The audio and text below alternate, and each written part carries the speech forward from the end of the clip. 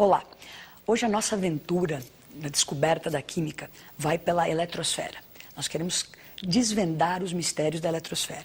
Nós sabemos que os átomos, que formam a matéria, eles se unem e essa união vai encostar uma eletrosfera na outra. Então é importante que a gente conheça como é essa eletrosfera. A princípio, os químicos achavam que os elétrons giravam aleatoriamente na eletrosfera, em órbitas circulares, elípticas, não é?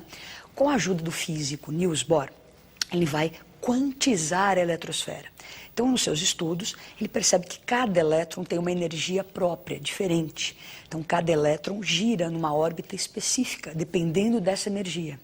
Então, nós vamos pegar a eletrosfera e dividir em camadas, níveis de energia. Hoje em dia, nós conhecemos por volta de 116 elementos químicos. E esses 116 elementos possuem até 7 camadas. Então, vamos dar uma olhada nessas camadas. A camada K foi atribuída a ela o valor 1. A camada L é a número 2, a M é a 3, a N é a 4, a O é a 5, a P é a 6, a Q é 7. Então, nós sabemos que quem mora nessa eletrosfera são os elétrons. Será que eu posso colocar quantos elétrons eu quiser nessas camadas? Não. Existe um número máximo de elétrons por camada. Então, os nossos amigos físicos contribuem com isso e nos dão esses números. Vamos ver qual é o número máximo de elétrons por camada. A camada K comporta no máximo 2 elétrons, a L 8, a M 18, a N 32, a O 50, a P 72 e a Q 98. Esses valores são valores teóricos, não é? Nós não usamos esses números no dia a dia. Para os elementos que nós conhecemos hoje, esses 116, os valores que nós usamos e conhecemos são o 2, 8, 18, 32, 32, 18 e 8.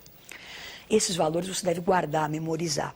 Então, nós já temos 7 camadas, conheço o número de elétrons por camada. Agora, uma camada ainda é uma região muito grande. Se você se lembra, a eletrosfera ela é 10.000 vezes maior que o tamanho do núcleo. Então, é uma região muito grande no átomo. Então, nós dividimos essa região imensa em 7 níveis de energia. Esses níveis são regiões ainda grandes. Então, dentro desses níveis, dessas camadas, existem os subníveis, subcamadas. Hoje em dia, nós conhecemos 4 subníveis. O S, P, D e F. O subnível S ele comporta no máximo 2 elétrons, o P 6, o D 10 e o F 14. Então nós já temos camadas, elétrons por camadas, os subníveis, elétron por subníveis. Nós vamos associar esses valores e construir uma tabelinha para a gente mapear a nossa eletrosfera. Então vamos ver uma tabelinha organizando elétrons nas camadas e subníveis. Então a camada K, que é a número 1, ela comporta no máximo 2 elétrons. Para acomodar esses 2 elétrons, eu preciso de um subnível S. A camada L comporta 8 elétrons. Para acomodar os 8 elétrons, eu preciso do subnível S e P. A camada M comporta 18 elétrons. Então, para acomodar os 18 elétrons, o subnível S, o P e o D. A N, 32 elétrons. Para acomodar os 32, S, P, D e F. A O também 32, então S, P, D, F novamente. A P, 18, S, P, D. E na Q, 8, S, P. Então, nós temos nossa eletrosfera mapeada, não é? 6 camadas, subníveis. Agora, quem mora aí dentro? Não são os elétrons? Então, será que quando nós vamos criar o átomo, somos deuses, vamos criar o átomo? Eu pego um punhadinho de elétrons e simplesmente lanço na eletrosfera, onde eles caírem, caiu. Não, não funciona assim. O nosso átomo é um misto de matéria e energia. O próprio elétron é esse misto, matéria e energia.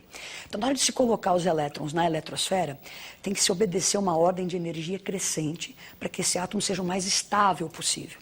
Agora, qual é essa ordem de energia crescente? Quem vai nos ajudar com isso é o Linus Pauling. O Linus Pauling constrói, então, um diagrama que nos dá essa ordem de energia crescente dos subníveis. Essas diagonais são o resultado do estudo do Linus Pauling. Então, essas diagonais vão nos dar essa sequência energética dos subníveis. Como que a gente vai usar isso? Está meio confuso, um monte de setinhas para lá e para cá. Como que a gente lê, como que se usa esse diagrama para se obter essa ordem de energia crescente dos subníveis? Como ler isso?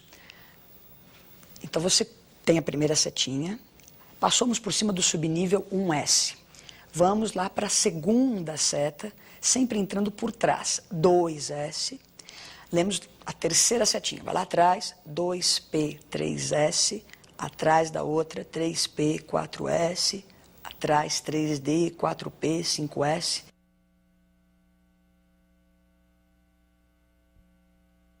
Então, essa sequência que nós estamos falando aqui é a sequência energética, a ordem de energia crescente subnível por subnível. Feito isso, a gente vai ter uma linha que mostra essa ordem de energia. Então, como é que ficou essa linha? Subníveis em ordem crescente de energia. 1S, 2S, 2P, 3S, 3P, 4S, 3D. Você fala, nossa, mas está começando a ficar embolado, tem 3, 4, 3, 4, vai e volta. Realmente, vai e volta porque nós estamos obedecendo a ordem de energia. Se você olhar para o subnível 4S, ele está antes do 3D. O 3D, portanto, tem mais energia, apesar de estar numa camada interna. O 4S está mais externo, mas tem menos energia. Essa ordem de energia, que nós obtivemos com o diagrama do Linus Pauling, o que eu faço com isso? Eu consigo fazer a configuração, a distribuição eletrônica. Pegar um punhadinho lá de elétrons que tem um elemento e distribuí-los na eletrosfera. Então nós vamos ver um exemplo, o exemplo do boro. O boro tem número atômico 5, então ele tem 5 elétrons na sua eletrosfera.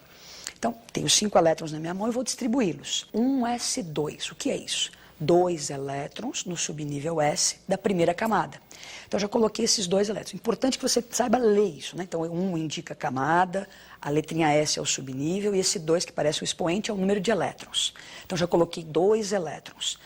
Próximo subnível é o 2S. Então, 2S, no S cabem 2 elétrons, coloco mais 2 elétrons. Então, 2S2. Então, 2 elétrons no subnível S da camada 2. Por enquanto, eu coloquei 4 elétrons, mas falta 1. O próximo subnível é o 2P. Só que o subnível P cabem 6 elétrons. Só que 6 é o valor máximo. Eu não tenho 6 elétrons para colocar aí. Já coloquei 4, tenho só 1 elétron na minha mão. Então, eu vou completar com 1 só. Como que a gente usou o diagrama de Linus Pauling? Ele me deu a sequência para você distribuir os elétrons, então, na eletrosfera. Você não pode, em momento algum, pular essa sequência de energia. Você vai preenchendo subnível por subnível e só pode alterar o valor no último subnível, naquele mais energético. Você pode colocar um pouco menos do que o valor máximo. Nós vamos ver agora um exemplo um pouquinho mais complicado, o exemplo do ferro. Então, o ferro tem número atômico 26. Então, a sua distribuição, primeiro em ordem energética, 1s2, 2s2, 2p6. Está vendo que aí nós colocamos o subnível P com 6 elétrons. Eu tenho 26 elétrons para distribuir, então no 6. Subnível P, cabem 6 elétrons, eu completei o subnível P. Até aí, 2p6, eu já coloquei 10 elétrons. Então, continuo na ordem de energia. 3s2, 3p6... 4s2, prestem atenção, olha, ordem de energia. Então, veio 4 antes do 3D. Então, 4s2, nesse momento a gente já colocou 20 elétrons. O próximo subnível é o 3D. E no D cabem no máximo 10. Só que para completar os 26, só me restam 6 elétrons. Então, eu vou lá e coloco 6 nesse último subnível. Esse subnível 3D6 ele é muito importante, é o subnível mais energético. Esse subnível mais energético é uma forma, nenhum outro elemento. Se você mudar o número atômico, vai mudar aquele finalzinho ali. Então, esse 3D6 é uma outra forma de você identificar o elemento ferro. Então, o subnível mais energético é uma forma de se identificar o elemento. Agora, nós vamos fazer uma outra distribuição, vamos reorganizar isso que nós fizemos.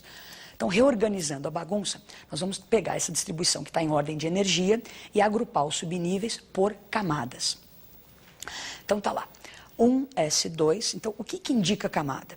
Lembra que este número está na frente da letrinha S lá. Então, 1, o 2, o 3, e que indica a camada. Então, eu quero agrupar por camada. Então, quem ficou na camada 1? 1s2. Quem está na camada 2? O 2s2, o 2p6. Quem está na camada 3? 3s2, 3p6 e 3d6. Você não altera valor algum. Você está reorganizando por camadas. E, finalmente, o 4s2. Essa distribuição a gente pode chamá-la de geométrica. Então ela me dá as camadas, subníveis por camadas. Esse 4s2, ele é importante porque ele está representando ali a camada mais externa. No momento de uma ligação entre átomos, o que é importante é essa camada mais externa. Os átomos vão se unir, então essa última camada me interessa bastante nas próximas aulas. E por fim a gente pode fazer uma última distribuição, que é organizar o total de elétrons que ficou em cada camada. Então, na camada K, eu tenho um total de 2 elétrons, na L8, na M14 e na N2. Essa camada N, que é a última camada do átomo de ferro, é chamada de camada de valência. Nós aprendemos como distribuir os elétrons na eletrosfera. Então, desvendamos os mistérios, sabemos que tem níveis, subníveis, uma ordem para se colocar esses elétrons. Então, agora a gente já está apto a fazer um exercício. Então, exercícios comuns de vestibular, né? Nós vamos dar uma olhadinha nesse exercício. Um estudante apresentou a seguinte distribuição para o átomo de bromo. Lembrando que alguns vestibulares, eles dão a tabela periódica ao começo da prova, então o número atômico do bromo estava disponível, ele é 35. Então nós temos aí 1s2, 2s2, 2p6, 3s2, 3p6, 3d9, 4s2, 4p6. O que está perguntando esse exercício? Houve incorreção no número de elétrons de que subníveis? Então ele deu uma distribuição e está perguntando o que está errado ali. No D, no P, no S, o que aconteceu? Agora vamos para a resolução desse exercício. Então nós vamos fazer a distribuição primeiro, sempre em ordem de energia. Então nós vamos ter 1s2, vamos distribuir os 35 elétrons em ordem energética. 1s2, 2s2, 2p6, 3s2, 3p6, 4s2, 3d10, 4p5. Reorganizando na ordem geométrica, nós vamos ter lá a camada 1, a 2, a 3 e a 4, que é como está no exercício, a ordem geométrica. Então você observa o quê? Onde houve erro? No subnível 3D e no 4P. Então, alternativa A. Então, por hoje é só. Desvendamos aí os mistérios da eletrosfera e até a próxima.